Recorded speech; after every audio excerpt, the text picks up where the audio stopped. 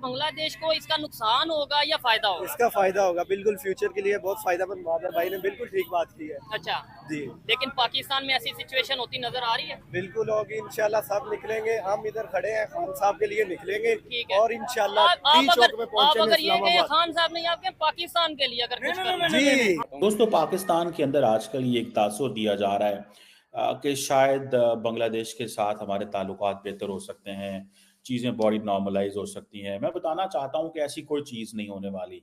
बांग्लादेश जितना डिपेंडेंट है इंडिया के ऊपर, हम तो ये सोच भी नहीं सकते कि बांग्लादेश जो है वो पाकिस्तान के साथ नॉर्मलाइज करेगा। देखिए 1971 से पहले ज़ाहिर बात है बांग्लादेश और पाकिस्तान की एक हिस्ट्री है। हम एक अंदाज से सोच रहे थे, एक सब चीज़ें कर रहे थे, लेकिन उसके बाद ज़ाहिर बात सिंध के रगों में, और यही इंसानियत की खूबसूरती है। हमें ठीक है हम मुसलमान हैं, पर हमें दूसरों के मजहब की इज्जत और एहतराम करना चाहिए। तो अभी ये जो बांग्लादेश में हो रहा है, आप होली वाली बात भी बताएं, तो वो अटैक जो हुआ तो क्या वो करने वाले कौन थे, और फिर जो हिंदू वहाँ पर थे, जैसे आप भी उनके साथ मना रहे थे, तो कैसे फिर आपने अपनी जानें बचाई, क्योंकि वो भी अटैक बड़े मैस लेवल का था। तो आप अभी भी पंजाब यूनिवर्सिटी में ये पिछले साल जो अटैक हुआ था उसकी अभी भी वीडियोस, उसकी हर चीज़ डॉन न्यूज़ पर आप देख लें, वो हर जगह पर मौजूद है। हमें तो अपनी जान का खतरा लाहक हो गया था एक रंग सेलिब्रेट करने की वजह से। जो हमारी काउंसिल में 29 हिंदू लड़के थे, उनके लिए हमने सेलिब्रेट किया। हमें यहाँ पर किसी से कोई भी खतरा लाहक नहीं है, पर ये जो इनकी मैनिफेस्टो में एक एक्सट्रीमिज्म का जो रंग जुड़ा हुआ है, ये इंक्रीज होता चला जा रहा है। इससे तो मुसलमान जो है उन्हें भी डर लगता है यार कि मजहबी एक्सट्रीमिज्म के नाम पर लोगों को जिस तरह से जलाया जा रहा है, दफनाया जा रहा है। और कह रहे हैं ना कि उनका इंडिया के साथ जो ताल्लुकात खराब हुए, इंडिया के साथ ताल्लुकात इसलिए खराब नहीं हुए क्योंकि उन्होंने जो है ना, इनकी जो प्राइम मिनिस्टर थी हसीना, जो भी है शेख हसीना, ठीक है, वाजिद, उसको उन्होंने वहाँ पे लैंड नहीं करने दिया। The first step from the India, ये स्टेटमेंट है उनकी कि हम तुम्हें यहाँ पे नहीं रख सकते, ठीक है, बिकॉज हमारे बांग्लादेश का ताल्लुकात खराब हो जाएंगे, बिकॉज दे आर इन्वेस्टिंग लेकिन अभी 3 दिन से वो इंडिया में ही मौजूद है ना? नहीं, अभी वो बाहर, आपको किसने कहा है? नहीं, इंडिया में मौजूद है। नहीं, वो इंडिया में नहीं है सर, वो किसी और कंट्री में उसी टाइम चली गई थी। उसको बुलाया इंडिया के एक बहुत बड़े पॉलिटिशियन ने है, हाँ, अजीत डोभाल, जो के उनके मतलब नेशनल सिक्योरिटी थी, ट्विटर के ऊपर जिसकी फोन कॉल थी अच्छा कि इसको सही सलामत, ठीक है, इसको यहाँ इंडिया पहुंचाया पे जाए। मुंतकिल करें, ठीक है, लेकिन इंडिया में स्टे नहीं हुआ उसका। यार हमें किरदार का टैग लगे, हम तो पहले हम एज ए नेशन, तो हमें पहले ये लोग कहते हैं कि हम as an American power nation है। हमने जो जो एट्रोसिटी की, जिस तरह हमें अफगान रूसो वॉर की, हम कहते हैं कि अफगानिस्तान कौम अच्छी नहीं है। अच्छा, हमने अफगान रूसो वॉर में हमने उनका साथ नहीं दिया, ठीक है। इवन यहाँ पे अड्डे दिए, हमें तो बेसिक ये बता दिया जाता है अफगान जो उनसे ना नमक हराम है, हमने इतनी हेल्प की और इन्होंने हमारे साथ ये किया, लेकिन हिस्ट्री नहीं बताई जाती कि जो हमने अड्डे दिए। बल्कि आई एम सॉरी टू से कि अफगान रूसो वॉर में हमने उनका सॉरी सपोर्ट किया था। जो अफगान अमेरिकन वॉर थी यूएस, उनमें हमने उनकी इंडिया का स्ट्रेटेजिक जिसे कहते हैं ना फेलियर है कि उसको वो चीज़ वो जिसे कहते हैं ना नहीं कर सका, ठीक है जी। और अगर आप ये देखें अब ये चीज़ जो है वो पाकिस्तान के अंदर बड़ी इसको बड़ा बड़ा चढ़ा के पेश किया जाएगा कि जी वो ये उनकी गलती है।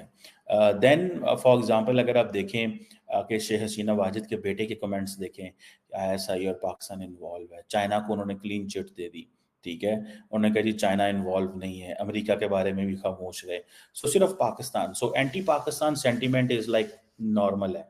आप पाकिस्तान के खिलाफ बात करेंगे बांग्लादेश के अंदर, आपको बिल्कुल नॉर्मल लगेगी, आपको कहा जाएगा जिंदाबाद, ठीक है, अच्छी बात है, यही होना चाहिए, पाकिस्तान ऐसे ही है। जैसे फॉर एग्जांपल पाकिस्तान के अंदर इंडिया के बारे और इंडिया के अंदर पाकिस्तान के बारे करना होगा और देखना होगा। ये वही मजहबी इंतहा पसंदी है और इसमें जमात इस्लामी का बड़ा फैक्टर शामिल है। हमने इस चीज़ को तारीख का मुताला करना होगा कि शेख हसीना के टाइम में वहाँ पर जमात इस्लामी बैन थी। तो हमारे यहाँ पर ये जो भी रिलीजियस एक्सट्रीमिस्ट लोग हैं, अब हमें अपनी सोसाइटी से भी लिंक करना होगा। यही खतरात हमें भी लाहक है। यहाँ से 2 किलोमीटर दूर पंजाब यूनिवर्सिटी है, वहाँ पर भी अब मेरा ताल्लुक सिंध से, हम सिंध से, हमने यहाँ पर होली सेलिब्रेट की थी, हम पर इतना बड़ा हमला हुआ था। अच्छा, हाँ, वो इंटरनेशनल इशू बन गया था। तो हमें, आप हिंदू हैं? मैं हूँ सिंधी, पर मैं सिंध से हूँ। हमारे वहाँ पर डाइवर्सिटी ज़्यादा है, तो हमें इतना जो है वो मजहबी फ़र्क नहीं होता है। हाँ, मैं भी सिंध गई हूँ, बिल्कुल। वो होली भी इकट्ठे मनाते हैं, वो दिवाली भी इकट्ठे मनाते हैं, ईद भी इकट्ठे मनाते हैं। सिंध का कल्चर बहुत प्यारा है। ये सिंध की खूबसूरती है। आप अगर सिंध में थरपारकर की साइड चले जाएं ना, तो वहाँ पर जो हमारे हिंदू हैं, हम दिवाली, ईद, ये जो भी चीज़ है, ये सूफीज़म का जो कल्चर है वो हमारे सिंध के रगों में, और यही इंसानियत की खूबसूरती है। हमें, ठीक है हम मुसलमान हैं, पर हमें दूसरों के मजहब की इज्जत और एहतराम करना चाहिए। तो अभी ये जो बांग्लादेश में हो रहा है, आप होली वाली बात भी बताएं, तो वो अटैक जो हुआ, तो क्या वो करने वाले कौन थे, और फिर जो हिंदू वहाँ पर थे, जैसे आप भी उनके साथ मना रहे थे, तो कैसे फिर आपने अपनी जानें बचाई, क्योंकि वो भी अटैक बड़े मैस लेवल का था। तो आप अभी भी पंजाब यूनिवर्सिटी में ये पिछले साल जो अटैक हुआ था, उसकी अभी भी वीडियोस, उसकी हर चीज़ डान न्यूज़ पर आप देख लें, वो हर जगह पर मौजूद है।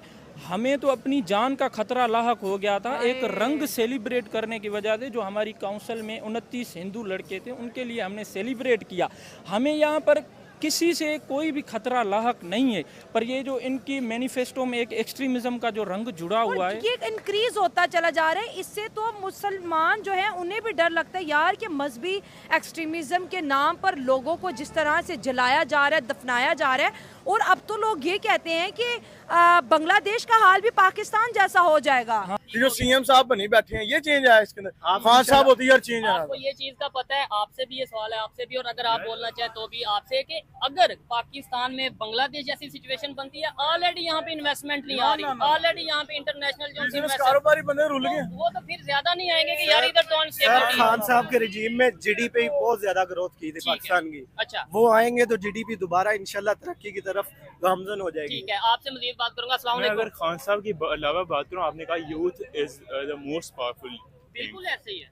यूथ ही है जो डिफरेंट कंट्रीज को चेंज करती है। As we saw with Ottomans, उनका जवाल यूथ की वजह से है, उनको यूथ को भड़काया गया। बांग्लादेश यूथ की वजह से हुआ।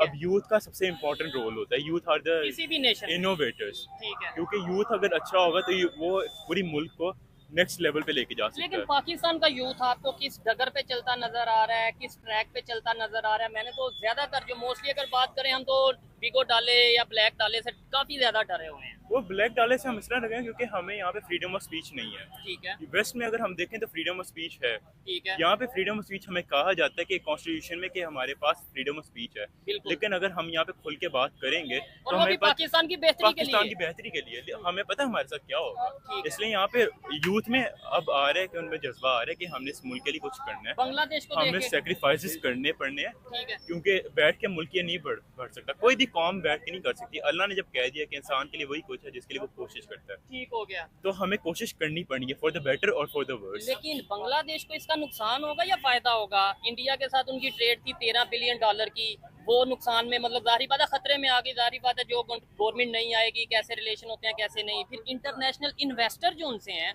वो नहीं आना चाहेंगे ऐसी सिचुएशन में, चाहे बांग्लादेश हो या पाकिस्तान।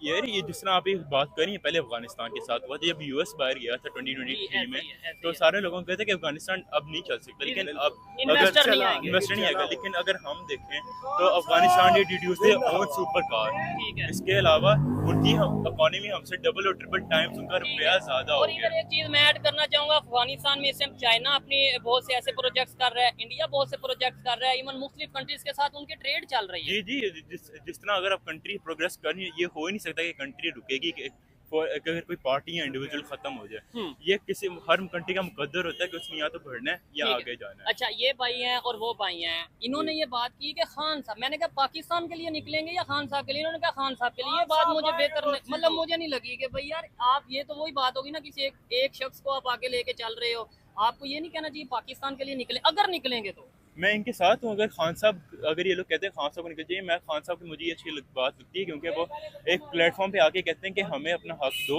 और जिस तरह उन्होंने यूएन में जाके अपना स्टैंड पुट किया, वो हमारे किसी भी लीडर ने किया। आखिरी दफा जो हमने ऐसा देखा था वो सद्दाम हुसैन के हाथों देखा था। हो गया। जिस तरह उसने जाके यूएस को कहा था कि अगर आप गलत करते हैं तो आप क्यों करते हैं, हम आपके सामने खड़े हमें कोई ऐसा लीडर चाहिए कि जो हमारे आप को, हमें एज अ नेशन यूएन के सामने पुट कर सके। लेकिन कि एक हम लास्ट में nation मैं है। आपसे ये सवाल करूंगा, इन भाई से भी और उनसे भी ये सवाल करूंगा, अगर पाकिस्तान में ऐसी सिचुएशन बनती है ना तो फौरन ये फतवा या ये टैग लग जाएगा कि यार ये जो, लेट्स सपोज मैं एग्जांपल दे रहा हूँ, आप ये मैं कुछ कोई भी बाहर निकलता है, ये कह दिया जाएगा ये अमेरिका के कहने पे निकला है, ये इसराइल के कहने पे निकला है, ये इंडिया के कहने पे निकला है, मतलब वो एक कह के टैग लगा के गद्दार का डिक्लेयर करके आपको खामोश करा दिया जाए। यार हमें किरदार का टैग लगे, हम तो पहले हम एज ए नेशन तो हमें पहले ही ये लोग कहते हैं कि हम as an American power nation है। हमने ठीक है। जो एट्रोसिटी की, जिस तरह हमें अफगान रूसो वॉर की, हम कहते हैं कि अफगानिस्तान कौम अच्छी नहीं है, अच्छा हमने अफगान रूसो वॉर में हमने उनका साथ नहीं दिया। ठीक है, इवन यहाँ पे अड्डे दिए, बड़ा अच्छा लग रहा है इनसे बात करके, इन्हें हिस्ट्री का थोड़ा नॉलेज है।